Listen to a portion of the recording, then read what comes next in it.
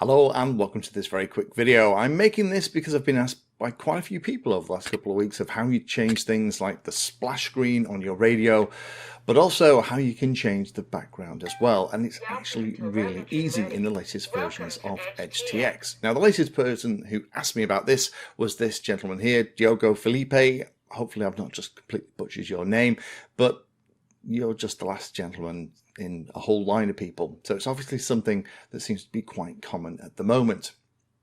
Now, the good news is this is pretty straightforward. All you need to do is turn off your radio and remove your SD card and plug it into your computer. Here on the computer, this is what the SD card looks like. Here's all the different folders, and here's two sample graphics files that I've created, one for the splash screen and one for the background. And they need to be called background.png. They need to be both the same size of 480 by 272 pixels, and they need to have these names. So if they are, then you're kind of ready to go.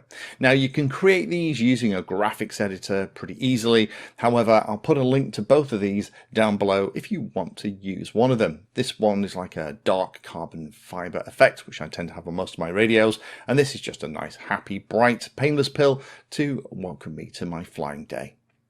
So where do they go on the actual SD card? Well, the first one we'll look at is in the images folder. So all I've done is I've just dragged and copied this into this folder, and if it's called splash.png, it will overwrite whatever default startup splash screen there is in EdgeTX. In terms of the backgrounds, we need to change the background for the theme. So if we go into themes and EdgeTX, then this was the original background here. I've renamed this as a background underscore original. I'd always recommend keeping the original ones, then you can change them back. If you've accidentally lost these, then the easiest thing to do is just download the SD card contents for your radio for EdgeTX. Those files will be in there again. And all I've done again is I've just copied my background.png into this directory after renaming the original just to keep it for safety. And then that's all there is to it. All we have to do is eject the SD card from the computer, plug it back into the radio and turn it on, and magically we have the painless pill splash.png screen as it starts up, and then when it started you have the background.png from the themes EdgeTX directory in the background as well.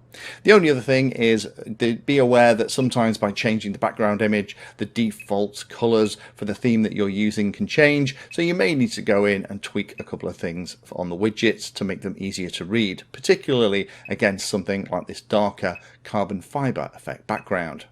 So hopefully, Diogo, that helps with you, and you now know how it all works. It's pretty easy and straightforward, and hopefully you'll be able to tweak your radio exactly how you want it.